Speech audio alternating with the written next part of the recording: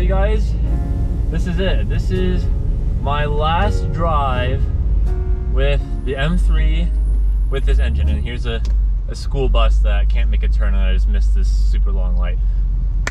Really, really great last drive, guys. I'm going to my friend Braden's house to drop off my Orbital since I will not be in town to use it. This is gonna be quite the sentimental drive, even though it's gonna be mostly in traffic. It's almost 3 p.m. in Seattle, Washington.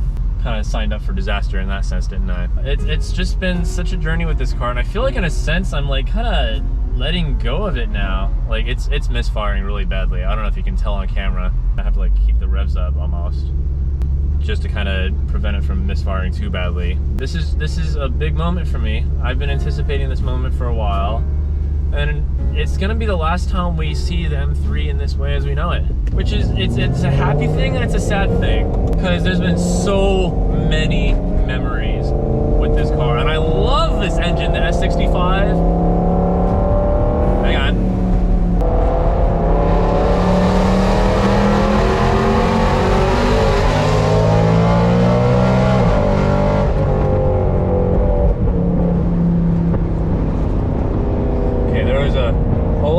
That came out of there for that. Yeah, so as mentioned, this engine does have cylinder scoring.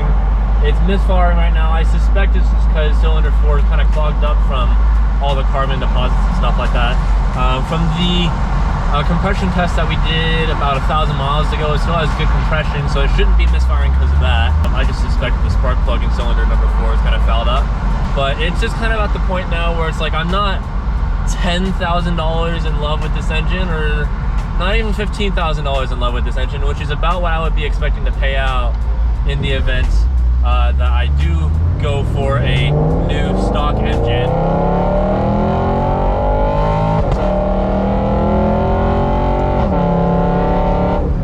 Man, that is so good. It's so good. But, you know, I've had, what, 50,000 miles with this engine, and honestly, I'm ready for something, the next big thing. But I'm so sentimentally attached to this car that I don't want to sell it. And then also, if I sold it, you know, I would be selling it at such a big loss and not enough money for me to justify getting into something bigger. Everything that I've done with cars is kind of really stemmed from this. And when you see it like that, if I can help it, which I can, why would I let go of it? Especially when I could really turn it into something really, really special. Really special. And as many of my friends are trying to tell me right now, now would technically be the perfect time to sell this car. Because it still has good compression, it still runs decently enough. But then again, I would just be like scamming someone so badly, just knowing deep down that this engine is compromised, that I would rather just take on that burden by myself. This car has done enough for me to where, you know, now this car is kind of in this sense of like, okay, it needs help now. And I'm willing to give it out. Maybe not in the way that most people would, but it's in a way that I feel like does the car justice. For the money.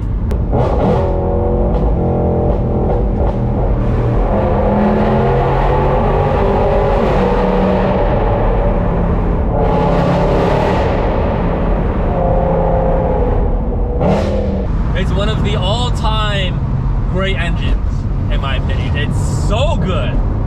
But in one way or another, it is time for something that is more towards my personal driving style. I don't really have... Hang on, tunnel.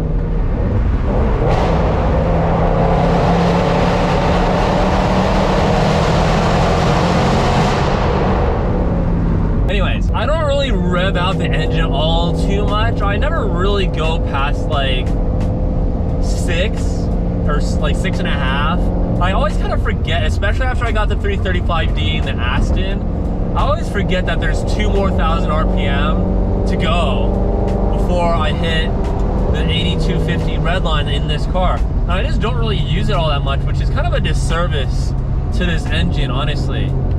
in my head, that's enough of a justification for me to really kind of step into something that's more tailored to that sort of driving that I like, the low-end torque route.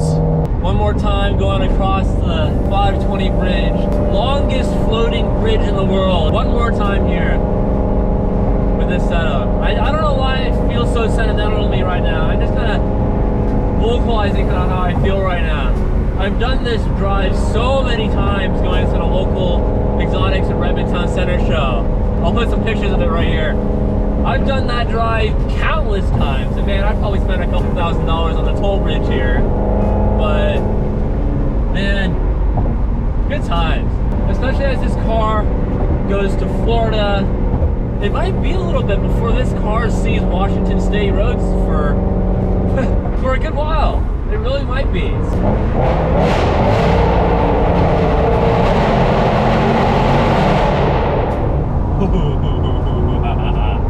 That was pretty close to 8. I think that was like 7,500. But I'm not trying to push her too much because she's not running the best right now. I'm not trying to blow it up on my last drive. That would be very unwholesome, wouldn't it?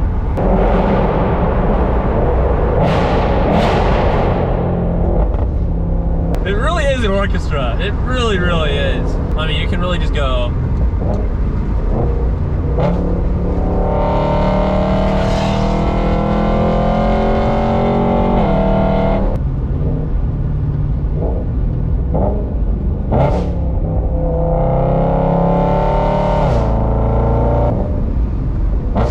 Let me try and just slowly rev it up in second gear for you guys.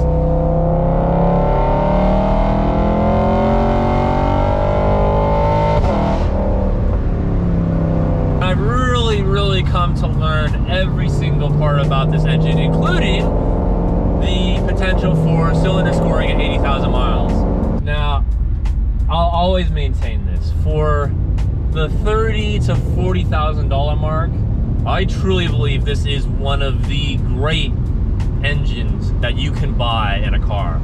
This, the 6.2 AMG V8, and the 4.2 RS5 V8. Those three, for that money, you don't beat that. But now you step up into the $60,000, $70,000, $80,000 range. That's where you start to step into LT4, you know, Camaro ZL1 1LE and C7 Z06 mark, where that LT4, in my opinion, is one of the great engines that you can get in the $60,000 range, which is kind of why I'm leaning more towards the LT4 now. It's like, I would be less money overall into an M3 that's one of a kind with an LT4 than a stock C7 Z06. And that to me, it's like, why would I do the latter? Why would I do that when I can have a one of a kind thing? Is it blasphemous? Sure, you could argue that, but I'm not putting some chintzy like 5.3 LS from a Silverado in there. This is a race bred engine. And it's, like I said, it's been done before. Shout out to, I believe his name is Craig, for verifying the fact that a 6.2 liter LT4 does fit in an M3. I'm not ever going to claim that I'm the first, but that car no longer exists in its current form. That engine has since been put into a Vantage, and then that car has also since been sold off as well. Currently, as far as the internet is aware, there are no LT4 M3s. And I think for the leg home, I'm just gonna enjoy cameras off with this engine one more time. So, on that note, I will see you guys back on the west side of Seattle, shall we?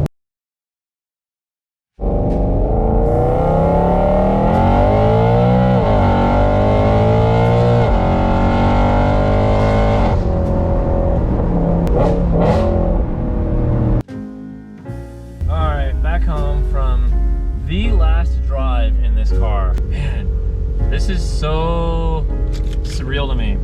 Really like humbling moment to realize this is like it. All right, let's air her down one more time, guys.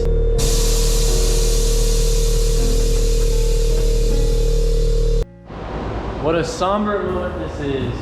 The M3 is all aired out, ready for storage, roof up. Gotta get the trickle charger hooked up to her.